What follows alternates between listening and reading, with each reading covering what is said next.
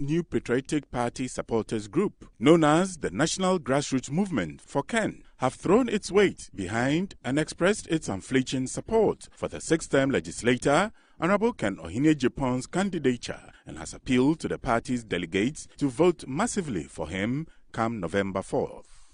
The group, which is an amalgamation of several grassroots groups within the NPP and is embedded in all 275 constituencies across the country, disclosed this to the media at a press conference dubbed the Obia Boga Beba Press Conference, held in Accra on Tuesday.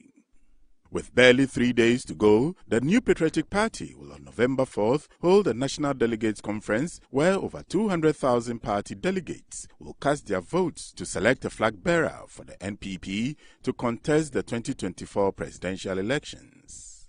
After placing second in the August 26th Special Delegates Congress, many NPP faithful have placed their bet on Honorable Ken Agyapong, who is number 1 on the November 4th ballot paper, to emerge victorious should the elections be conducted fairly and without intimidation.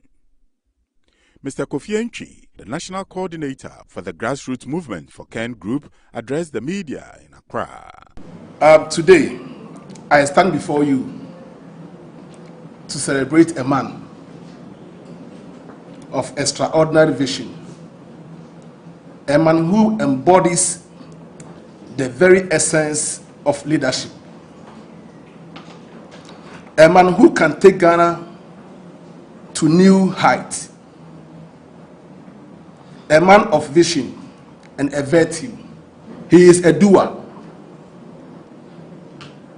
a man of action, and the hope for the ordinary Ghanaian. Ken Agyapong's journey in politics began as a founding member of the Dankwa Buzia tradition, helping shape the very party that has shaped the future of Ghana. He is not just a financier, he is not just a supporter, he is a builder of political movements dedicated to the betterment of our nation. This is not just about joining a party.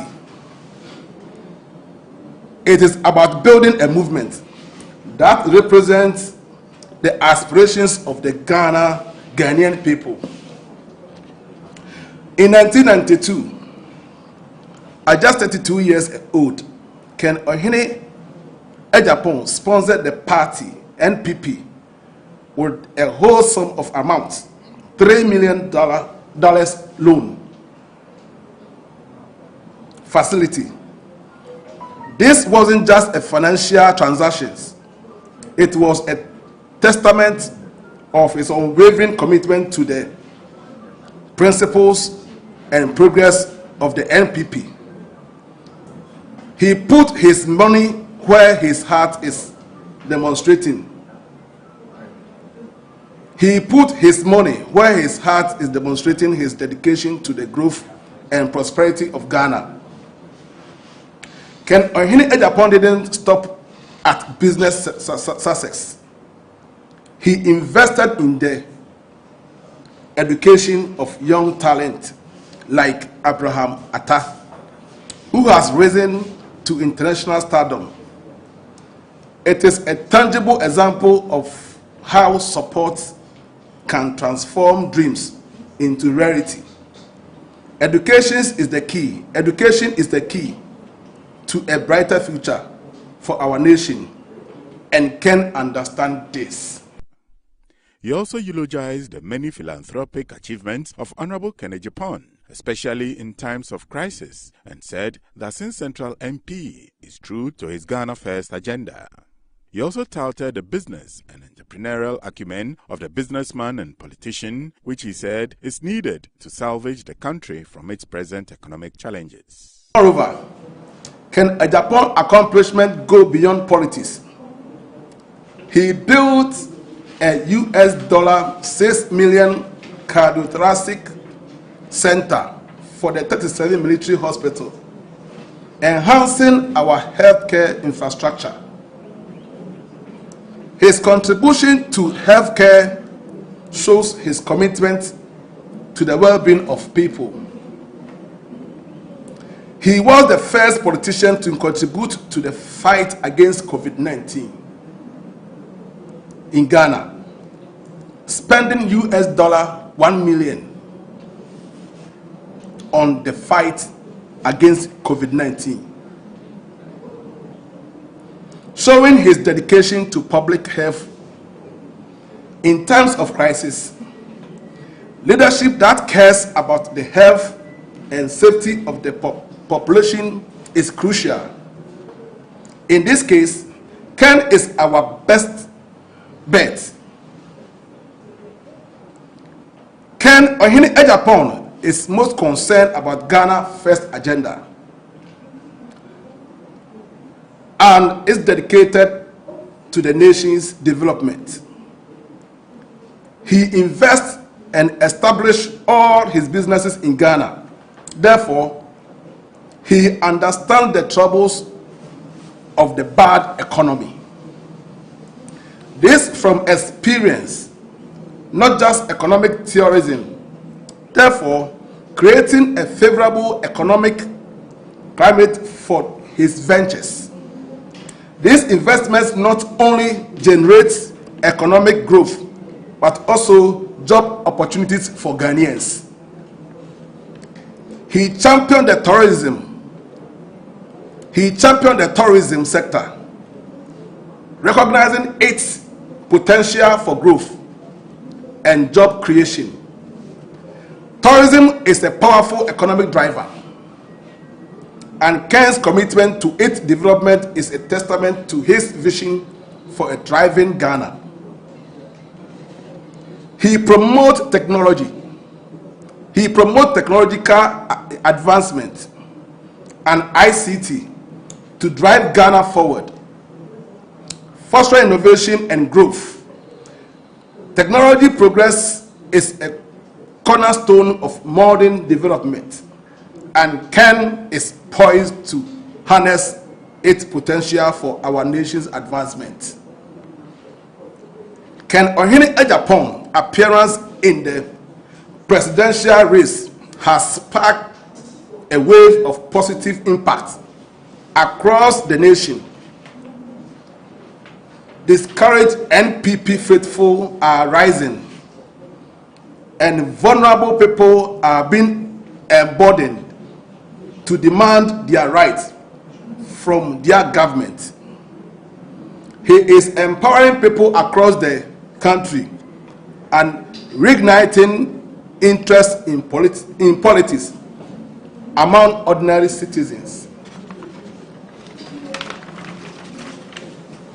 Ken Agyapong is a charismatic, crowd-pulling, powerful, and compelling speaker.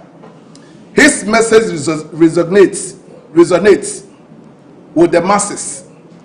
His approach is different, pragmatic, and practical. He understands the need for tangible action, not just rhetoric. He is changing the political landscape with his confidence and electrifying leadership. Ken Agyapong is the leader we've been waiting for all this while. He is a visionary, a man of action, and a champion of justice. His impact on politics and his dedication to Ghana's progress are undeniable. He represents a brighter and more prosperous future for all Ghanaians. Other high-ranking officials of the grassroots for Ken movement, including businessmen, also addressed the press.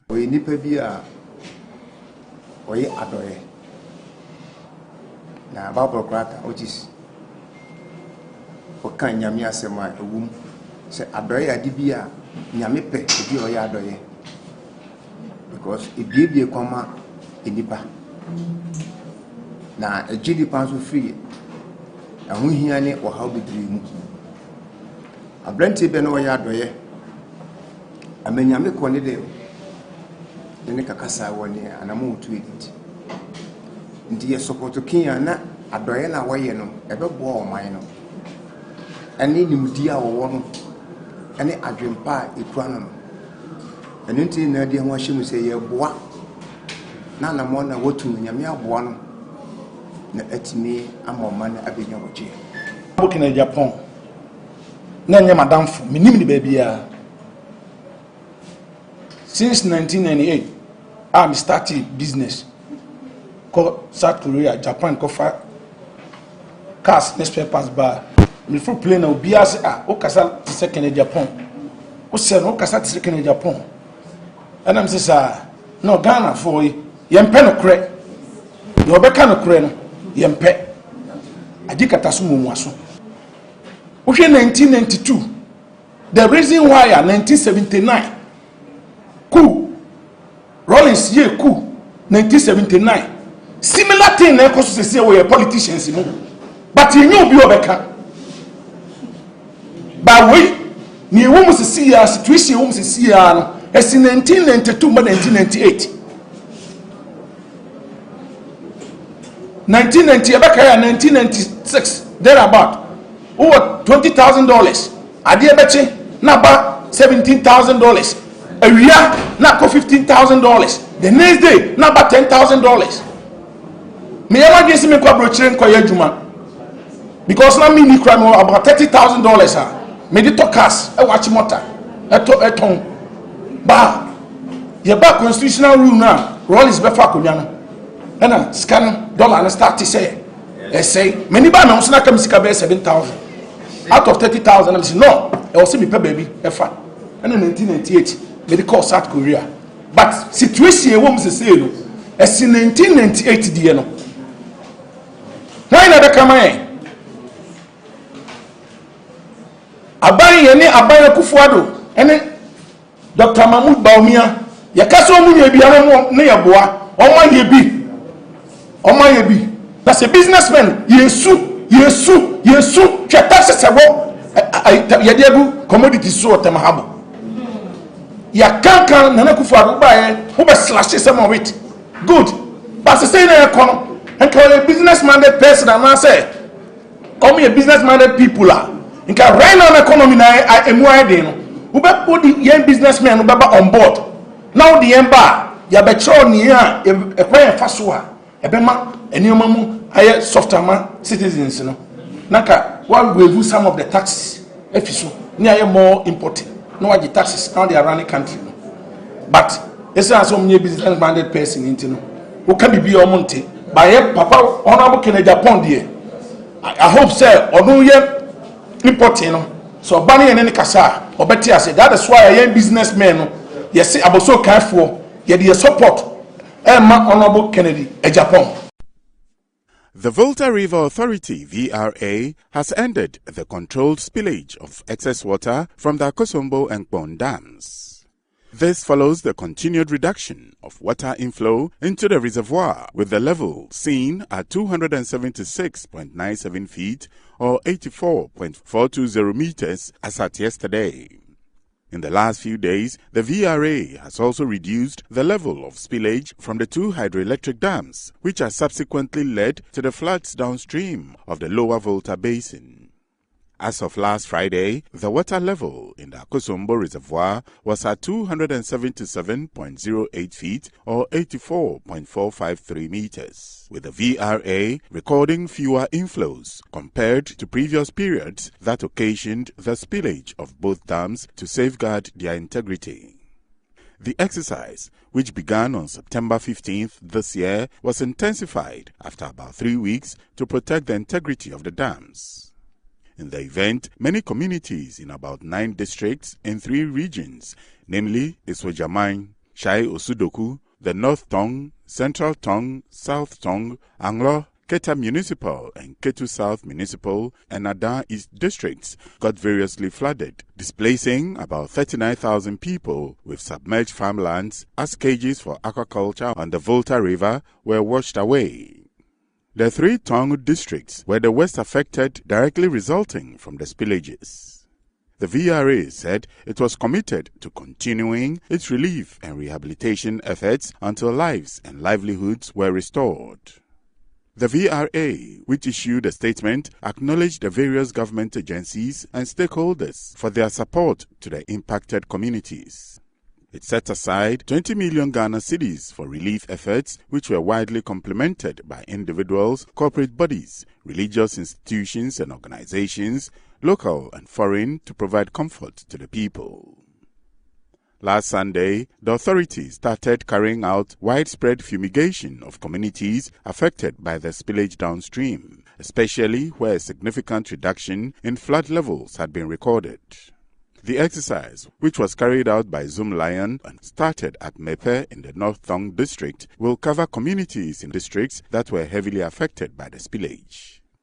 Last week, the New Patriotic Party presidential contender, Honorable Ken Agyapong, who visited the area to empathize with victims and present them with relief items, called for compensation for the devastated communities. There are dams everywhere. Why do we always have the flood? It's a big question that we have to ask and see how best we can solve it. The VRA, no matter what, they have to compensate. That I promise you, I'm going to fight for you.